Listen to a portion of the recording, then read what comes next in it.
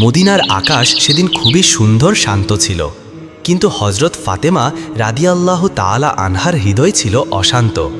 চারিদিকে শুধু ঈদের আনন্দ, কিন্তু তাদের ঘরে ছিল দুঃখ। ঘরের বাইরে হজরত ইমাম হাসান ও হোসাইন রাদিয়াল্লাহু তাআলা আনহুমা দেখলেন তার মতো ছোট ছোট বাচ্চারা নতুন জামা পরে ঈদের ময়দানে যাচ্ছে। এটা দেখে হজরত হাসান রাদিয়াল্লাহু তাআলা আনহু তাদের বাড়ির দিকে আসতে লাগলেন। এদিকে হজরত ফাতেমা রাদিয়াল্লাহু তাআলা আনহা তার নিজ কক্ষে বসেছিলেন। মনে মনে ভাবতে লাগলেন, আজ তো ঈদের দিন, ইমাম হাসান হোসাইনের নতুন জামা নেই, তাদের কি জবাব দেব? এই চিন্তা করে মা ফাতেমা রাদিয়াল্লাহু তাআলা আনহার হৃদয় যেন কেঁদে উঠল। ঠিক এমন সময় হজরত হাসান এবং হোসাইন রাদিয়াল্লাহু তাআলা আনহুমা ঘরের মধ্যে প্রবেশ করলেন এবং বললেন, আম্মা জান, সবাই নতুন জামা পরে ঈদের ময়দানে যাচ্ছে, আমাদের নতুন জামা কোথায়? তখন হজরত ফাতেমা রাদিয়াল্লাহু তাআলা আনহা বললেন, তোমরা গোসল করে এসো, তারপরে নতুন জামা পরে ঈদের ময়দানে যাবে। হজরত হাসান ও হোসাইন রাদিয়াল্লাহু তাআলা আনহুমা যখন গোসল করার জন্য চলে গেলেন, ওই সময় হজরত ফাতেমা রাদিয়াল্লাহু তাআলা আনহা 2 রাকাত সালাত আদায় করলেন এবং আল্লাহর কাছে দোয়া করে বললেন, ওগো আল্লাহ, তুমি গফুরুর রাহিম, রাহমান রহিম। আমার কলিজার টুকরা 2 সন্তানের দুঃখ আমি সইতে পারি না। আমি যদি আজ তাদের নতুন জামা দিতে না পারি, তাহলে তারা বলবে রাসূলের মেয়ে হয়ে মিথ্যা বলছে। দয়া করে, মেহেরবানি করে আমার সম্মান রক্ষা করো, হে আল্লাহ, তাদের জামার ব্যবস্থা করে দিন। এই দোয়া করার সাথে সাথেই হজরত জিবরাইল আলাইহিসসালাম দর্জি সেজে 2টি জামা নিয়ে হজরত হাসান হোসাইন রাদিয়াল্লাহু তাআলা আনহুমার কাছে হাজির হলেন এবং বললেন, এই নাও তোমাদের ঈদের নতুন জামা, তোমার মা তোমাদের জন্য জামা নিয়ে আসতে বলেছে। এই কথা শুনে ইমাম হাসান ও হোসাইন রাদিয়াল্লাহু তাআলা আনহুমা জামা নিয়ে খুব খুশি হয়ে বাড়ির দিকে যাচ্ছিলেন। কিতাবে এসেছে, এই জামার একটি রং লাল আর একটি রং সবুজ। এদিকে হজরত ফাতেমা রাদিয়াল্লাহু তাআলা আনহার হৃদয় যেন কিসের কষ্ট হচ্ছিল কিছুই বুঝতে পারছিলেন না। ঠিক ওই সময় হজরত ইমাম হাসান ও হোসাইন রাদিয়াল্লাহু তাআলা আনহুমা ঘরের মধ্যে প্রবেশ করলেন। হজরত ফাতেমা রাদিয়াল্লাহু তাআলা আনহা তাদের হাতে এই পোশাক দুটি দেখে অবাক হলেন এবং তার হৃদয় যেন কষ্টের মেঘে ঘনিয়ে এলো। ফাতেমা রাদিয়াল্লাহু তাআলা আনহার মনে এক অদ্ভুত কষ্টের অনুভূতি ঘনিয়ে আসলো। এই জামার রহস্য আর হাকিকত জানার জন্য তিনি আর দেরি না করে হজরত মুহাম্মদ সাল্লাল্লাহু আলাইহি ওয়াসাল্লামের কাছে যাওয়ার সিদ্ধান্ত নিলেন। অন্যদিকে হজরত জিবরাইল আলাইহিসসালাম হজরত মুহাম্মদ সাল্লাল্লাহু আলাইহি ওয়াসাল্লামের কাছে হাজির হয়ে বললেন, হে আল্লাহর রাসূল, তোমার নয়নের মণি মা ফাতেমা 2টি জামার হাকিকত জানার জন্য তোমার এখানে আসছে। তুমি তাকে বলে দিও, এই 2টি জামা জান্নাত থেকে পাঠানো হয়েছে। এই জামা শুধু পোশাক নয়, বরং এটি তাদের ভবিষ্যতের প্রতীক। লাল রং তাদের রক্তের প্রতীক, আর সবুজ রং জান্নাতের প্রতীক। হাসান ও হোসাইনের জন্য যে ফজিলত আল্লাহ নির্ধারণ করেছেন, তারই ইঙ্গিত এই জামা। এই কথা বলার পর হজরত জিবরাইল আলাইহিসসালাম সেখান থেকে বিদায় নিলেন। ঠিক ওই সময় হজরত ফাতেমা রাদিয়াল্লাহু তাআলা আনহা ঘরের মধ্যে প্রবেশ করলেন। তখন রাসূল সাল্লাল্লাহু আলাইহি ওয়াসাল্লামের চোখে পানি এসে গেল। তিনি বললেন, হে ফাতেমা, আমার এই 2টি কলিজার টুকরো যে কত বড় মর্তবা লাভ করবে, তার এক ঝলক আল্লাহ রব্বুল আলামিন আজ আমাকে দেখিয়েছেন। ফাতেমা, তোমার সন্তানদের জন্য এই জীবন যেমন পরীক্ষার, তেমনই ফজিলতের। তারপর মুহাম্মদ সাল্লাল্লাহু আলাইহি ওয়াসাল্লাম আল্লাহর কাছে দোয়া করে বললেন, হে আল্লাহ, এর পরিবর্তে তুমি আমার উম্মতকে নাজাত দিও। এই কথা শুনে ফাতেমা রাদিয়াল্লাহু তাআলা আনহা চোখের পানি ধরে রাখতে পারলেন না এবং ভবিষ্যতের চিন্তায় ভারাক্রান্ত হয়ে উঠলেন। এইভাবে বছরের পর বছর অতিক্রম হতে লাগল। ইমাম হাসান ও হোসাইন রাদিয়াল্লাহু তাআলা আনহুমা বড় হতে লাগলেন। একে একে হজরত মুহাম্মদ সাল্লাল্লাহু আলাইহি ওয়াসাল্লাম, হজরত ফাতেমা রাদিয়াল্লাহু তাআলা আনহা ও 4 খলিফা পৃথিবী থেকে বিদায় নিলেন। এভাবেই বহু বছর অতিক্রম হয়ে গেল। সেই সময় রাষ্ট্রের প্রধান ছিলেন আমির মুয়াবিয়া, তার পুত্র ছিল ইয়াজিদ। মুয়াবিয়া যখন বার্ধক্যে উপনীত হলেন, তখন ইয়াজিদ ষড়যন্ত্র করতে লাগল কিভাবে রাষ্ট্রের প্রধান হওয়া যায়। এদিকে অন্যায়ভাবে ইয়াজিদকে রাষ্ট্রশাসক পদে উপবিষ্ট করলেন, কিন্তু রাসূলের প্রতি ভালোবাসা, রাসূলের আদর্শ না থাকার কারণে তাকে কেউ মনে প্রাণে ভালোবাসত না এবং শাসক হিসেবে মানতে পারল না। সবাই বলতে লাগল, আমরা ইয়াজিদকে মানি না, হোসাইন আমাদের আশার আলো, আমরা হোসাইনের পক্ষে থাকতে চাই। ইয়াজিদ অন্যায়ভাবে সাধারণ মানুষকে অত্যাচার করে মানুষকে হত্যার ভয় দেখিয়ে নিজেই রাষ্ট্রের শাসক হলেন। একদিন ইয়াজিদ মনে মনে ভাবতে লাগল, এইভাবে চলতে থাকলে কখনোই আমি দেশের রাষ্ট্রপ্রধান হতে পারবো না। যেভাবেই হোক হাসান এবং হোসাইনকে শেষ করতে হবে, এই পথের কাঁটা সরাতেই হবে। আসলে ইয়াজিদ ছিল চরিত্রহীন, আর হৃদয়ে কোনো দয়ামায়া ছিল না। রাষ্ট্রের ক্ষমতার লোভে একেবারে অন্ধ হয়ে গিয়েছিল। একদিন ইয়াজিদ কুফা নগরীর গভর্নর ইবনে জিয়াদকে ডেকে বললেন, তুমি তো কুফার গভর্নর, হোসাইনকে কুফায় ডেকে আনো, কেননা মদিনাতে হোসাইনকে মারা যাবে না। তুমি যে কোনো কৌশলে কুফায় ডেকে আনো, নয়তো আমরা কিছুই করতে পারবো না। তুমি তার কাছে চিঠি লিখে জানাও ইয়াজিদের কাছে তোমাকে বায়াত হতে হবে। অতপর তারা মদিনায় চিঠি পাঠাতে শুরু করল। এভাবেই যখন 40,000 চিঠি পৌঁছে গেল, তখন মদিনায় বিশিষ্ট জ্ঞানীগুণী ব্যক্তি এবং হোসাইন রাদিয়াল্লাহু তাআলা আনহু একটি গুরুত্বপূর্ণ সভার আয়োজন করলেন। হোসাইন রাদিয়াল্লাহু তাআলা আনহু বললেন, আমি কুফা যেতে চাই, সেখানে অনেক মানুষ আমার জন্য অপেক্ষা করছে। তখন সেখানে থাকা বিশিষ্ট ব্যক্তিদের মধ্যে একজন বললেন, হোসাইন, তুমি কুফাতে যেও না, কুফার আবহাওয়া ভালো না, সেখানে ইতিমধ্যেই অনেক সমস্যা সৃষ্টি হয়েছে। এখনও আমরা হাসানের ব্যথা ভুলতে পারিনি, বরং সেখানে যাওয়ার আগে আমাদের মধ্য হতে একজনকে পাঠানো হোক, তার পক্ষে থেকে ভালো খবর আসলে তবেই তুমি যাবে। তখন হোসাইন রাদিয়াল্লাহু তাআলা আনহু বললেন, ঠিক আছে, তাই হবে। তাহলে আপনারা বলুন কে যাবেন সেখানে। সেখানে অনেক লোক উপস্থিত ছিল, কিন্তু কেউ কুফা যাওয়ার জন্য রাজি হলো না। তাদের মধ্যে থেকে মুসলিম ইবনে আকিল রাদিয়াল্লাহু তাআলা আনহু বললেন, আপনারা নিশ্চিন্তে থাকুন, আমি আগে যাব। অতপর তারা সেদিনের মতো আলোচনা সভা বন্ধ করে একে একে ঘরে ফিরে আসলেন। মুসলিম ইবনে আকিল রাদিয়াল্লাহু তাআলা আনহু যখন কুফা যাওয়ার জন্য প্রস্তুত হচ্ছিলেন, সেই সময় তার দুটি পুত্র এসে বলল, আব্বাজান, আমরা কার কাছে থাকব? আমাদের তো মা নেই। আব্বাজান, আপনি আমাদেরকেও সঙ্গে নিয়ে চলুন। অতপর তারা কুফা যাওয়ার জন্য রওনা হলেন। অনেক পথ অতিক্রম করার পর যখন তারা কুফা এসে পৌঁছালেন, তখন দেখলেন ইতিমধ্যেই সেখানকার অনেক লোক হযরত হোসাইন রাদিয়াল্লাহু তাআলা আনহুয়ের কাছে বায়াত নেওয়ার জন্য প্রস্তুত ছিলেন। তখন তারা বললেন, আমাদের প্রিয় হোসেন রাদিয়াল্লাহু তাআলা আনহু কোথায়? আমরা তার সাথে থাকব, এই ইয়াজিদকে আমরা চাই না। তখন মুসলিম ইবনে আকিল রাদিয়াল্লাহু তাআলা আনহু বললেন, তিনি নিশ্চয়ই আসবেন। সেখানকার মানুষের হোসাইনের প্রতি ভালোবাসা এবং তার প্রতি অটুট বন্ধন দেখে মুসলিম ইবনে আকিল রাদিয়াল্লাহু তাআলা আনহু হোসাইনকে কুফা আসার জন্য বিস্তারিত চিঠি লিখলেন। অতপর একজন মুসলিম ইবনে আকিলের এই চিঠি হযরত হোসাইন রাদিয়াল্লাহু তাআলা আনহুয়ের কাছে পৌঁছে দিলেন। চিঠি পেয়ে হযরত হোসাইন রাদিয়াল্লাহু তাআলা আনহু আর দেরি করলেন না, ৭২ জন সঙ্গী সাথী সহ কুফা যাওয়ার জন্য রওনা দিলেন। গোপন সূত্রে হযরত হোসাইনের আসার খবর ইয়াজিদ পেয়ে যায়। তখন ইয়াজিদ গোপনে হযরত হোসাইন রাদিয়াল্লাহু তাআলা আনহু এবং মুসলিম ইবনে আকিলকে হত্যা করার জন্য একটি ষড়যন্ত্র করলেন এবং একজন সেনাকে ডেকে বললেন, আপনি যদি মুসলিম ইবনে আকিলকে হত্যা করতে পারেন তবে আপনাকে অনেক পুরস্কার দেওয়া হবে। আর মনে রেখো, মুসলিম ইবনে আকিলের ছোট দুটি পুত্রকে রেহাই দেবে না, তাদেরকেও হত্যা করবে, কেননা তারা যদি মদিনায় চলে যায় তাহলে হোসাইনকে আনা যাবে না, আর কারবালায় তাদের আটকে দিতে হবে। তাহলে তুমি গোপনে কাজটি সম্পূর্ণ করো। এই সেনাটি মুসলিম ইবনে আকিলকে হত্যা করার জন্য খুঁজতে লাগলেন। কিছুদিন পর দেখলেন মুসলিম ইবনে আকিল রাদিয়াল্লাহু তাআলা আনহু হোসাইনের পক্ষে অনেক লোককে বায়াত করার পর কুফার একটি মসজিদে বসে আছে। এটা দেখে সে দেরি করল না, সাথে সাথে গিয়ে পিছন থেকে অমানবিকভাবে মুসলিম ইবনে আকিলকে তরবারি দিয়ে হত্যা করে শেষ করে দেয়। কিছুদিন পর মুসলিমের হত্যার খবর চারিদিকে ছড়িয়ে পড়ে। কুফার মানুষ শোকস্তব্ধ হয়ে যায়, কিন্তু তারা প্রতিবাদ করতে পারত না, কারণ ইয়াজিবের সাথে মোকাবেলা করার জন্য তাদের শক্তি ছিল না, তাই সবাই চুপ করে রইল। সেই সাথে ইয়াজিদের পক্ষ থেকে বলা হয়, মুসলিম ইবনে আকিলের দুই পুত্রকে যে হত্যা করে ইয়াজিদের সামনে নিয়ে আসতে পারবে তাকে অনেক বেশি মূল্যবান পুরস্কার দেওয়া হবে। এই খবর পেয়ে সম্পদের লোভে কিছু লোক মুসলিম ইবনে আকিলের দুই পুত্রকে খুঁজতে লাগলেন। এদিকে মুসলিম ইবনে আকিলের নিষ্পাপ দুটি ছোট ছেলে এই খবর পেয়ে হত্যার ভয়ে এদিক ওদিক দৌড়াতে লাগলেন। দৌড়াতে দৌড়াতে তারা রাতের বেলা একটি খেজুর বাগানের মধ্যে এসে পৌঁছায়। ক্ষুধা এবং তৃষ্ণায় ক্লান্ত হয়ে ছোট দুটি শিশু খেজুর গাছের নিচে ঘুমিয়ে পড়ে।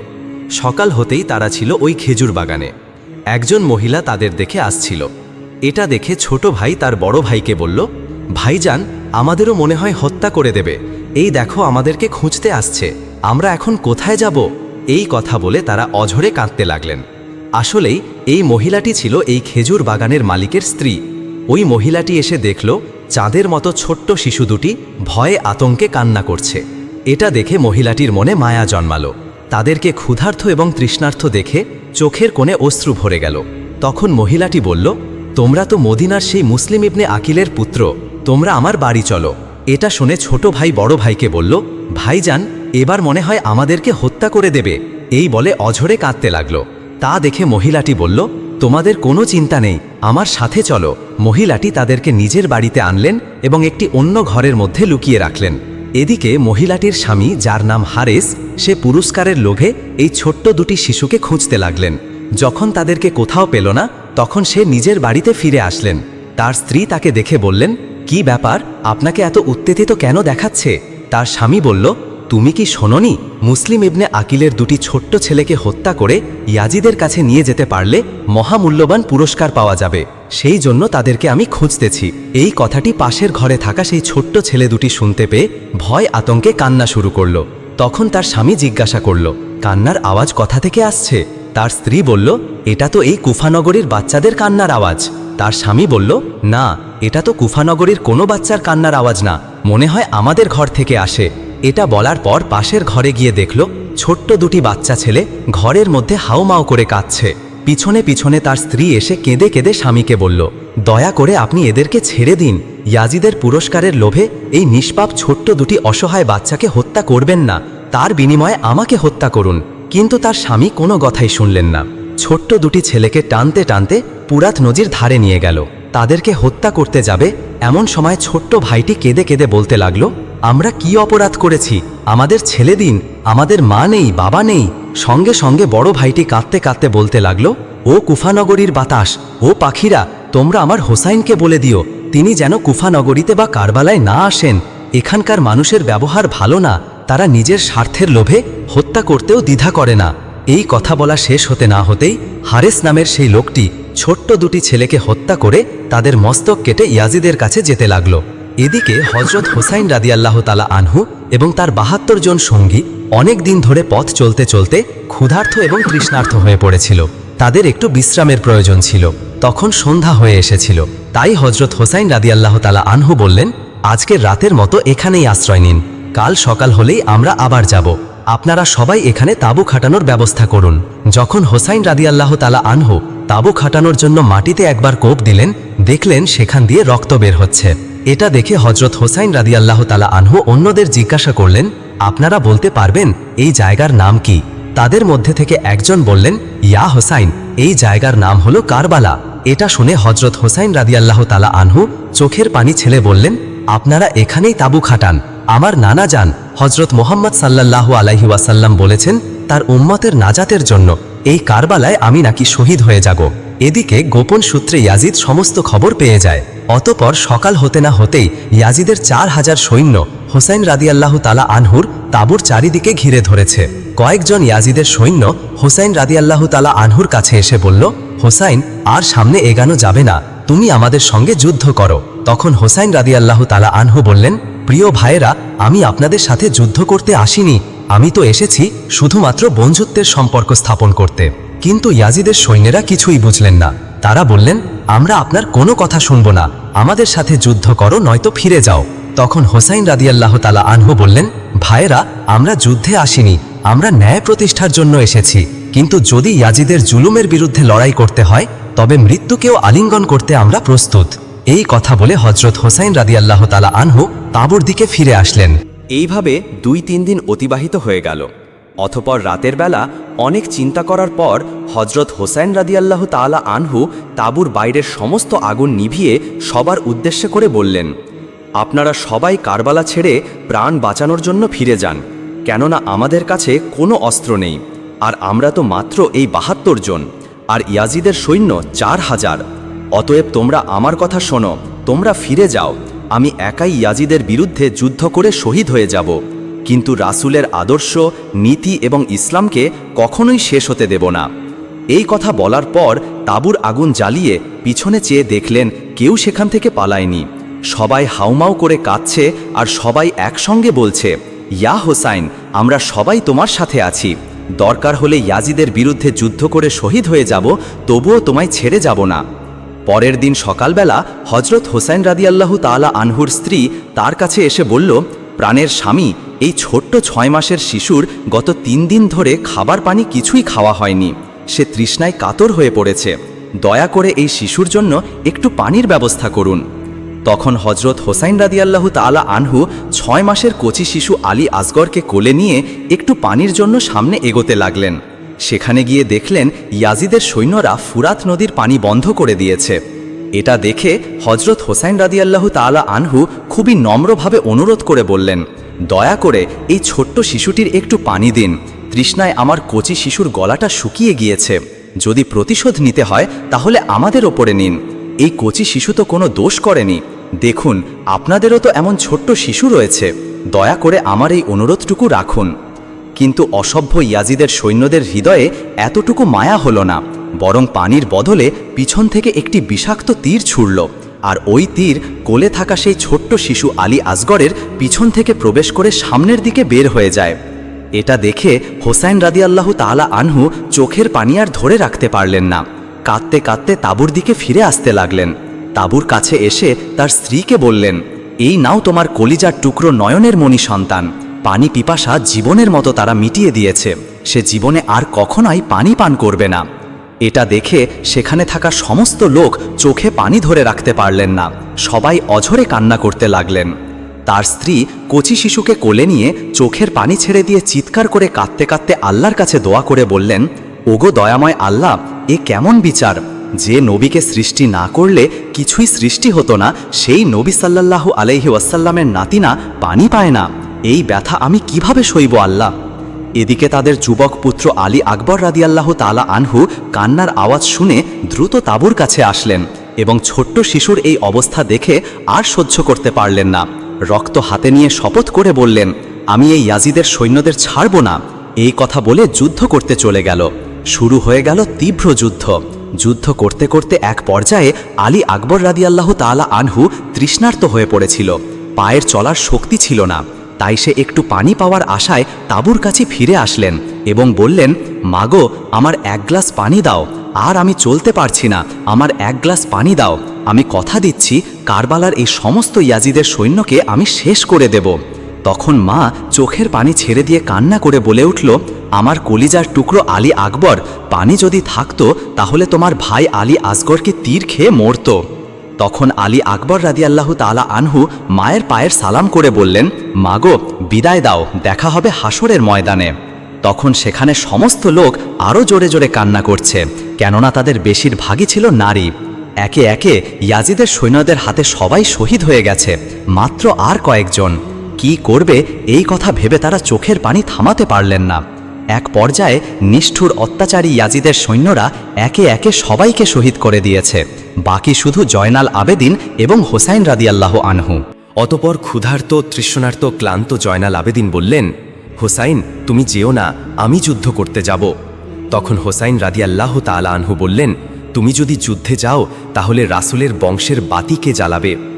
এই কথা বলে জয়নাল আবেদিনকে সেখানে রেখে হোসাইন রাদিয়াল্লাহু তাআলা আনহু একাই হাজার হাজার সৈন্যের বিরুদ্ধে যুদ্ধ করার জন্য চলে গেলেন।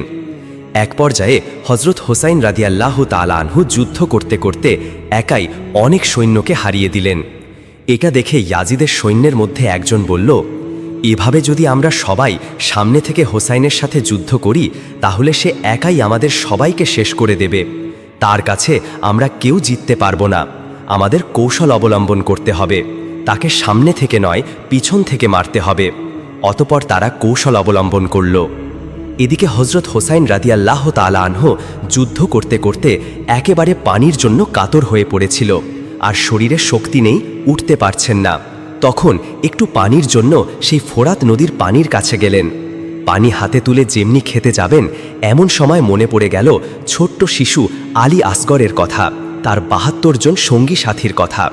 তখনই চোখের পানি ধরে রাখতে পারলেন না। অঝরে চোখ দিয়ে জল চলে এলো আর বলতে লাগলেন, ওগো আল্লাহ, আমার নানা জান হজরত মোহাম্মদ সাল্লাল্লাহু আলাইহি ওয়াসাল্লামকে সৃষ্টি না করলে আসমান জমিন কিছুই সৃষ্টি হতো না। আর সেই নবী সাল্লাল্লাহু আলাইহি ওয়াসাল্লামের নাতিরা আজ পানি পায় না। এই সমস্ত কথা চিন্তা করে হজরত হোসাইন রাদিয়াল্লাহু তাআলা আনহু পানি পান করলেন না। আবার যুদ্ধের জন্য প্রস্তুত নিলেন। কিন্তু তিনি তো উঠতে পারেন না, গায়ে শক্তি নেই, পিপাসায় গলা শুকিয়ে গিয়েছে। তবু ইয়াজিদের সৈন্যের কাছে হার মানতে চান না, শেষ জীবন পর্যন্ত যুদ্ধ করতে চান। ঘোড়ার পিঠে উঠতে যাবেন, কিন্তু উঠতে পারেন না, পড়ে যান। দূর থেকে ইয়াজিদের সৈন্যরা লক্ষ্য করে দেখল হোসাইন উঠতে পারেন না। তখন পিছন থেকে লুকিয়ে অনেক সৈন্য এসে জোর করে ধাক্কা দিয়ে মাটিতে ফেলে দিল। তখন হোসাইন রাদিয়াল্লাহু তাআলা আনহু বললেন, প্রিয় ভাইরা, আমাকে 2 রাকাত নামাজ আদায় করতে দিন, তারপর আমি আবার যুদ্ধ করব। ইয়াজিদের সৈন্যেরা তখন সুযোগ পেয়ে গেল। তারা জানত নবীর বংশের নাতি কখনোই নামাজ বাদ দেবেন না, আর এই সুযোগেই তার বদলা নেবে। অতপর হজরত হোসাইন রাদিয়াল্লাহু তাআলা আনহু নামাজ পড়া শুরু করলেন, আর সমস্ত ইয়াজিদের সৈন্যেরা চারিদিক থেকে ঘিরে ধরল। হজরত হোসাইন রাদিয়াল্লাহু তাআলা আনহু যখন নামাজের মধ্যে ছিলেন, ওই অবস্থায় ইয়াজিদের সেই পশু স্বভাবের সৈন্যেরা পিছন থেকে অনেকগুলো তীর একসাথে হজরত হোসাইন রাদিয়াল্লাহু তাআলা আনহুর দিকে ছুঁড়ে মারল। একসাথে 72 খানা তীর পিছন দিক থেকে প্রবেশ করে সামনের দিক থেকে বের হয়ে গেল। কিন্তু হোসাইন রাদিয়াল্লাহু তাআলা আনহু নামাজ ছাড়লেন না।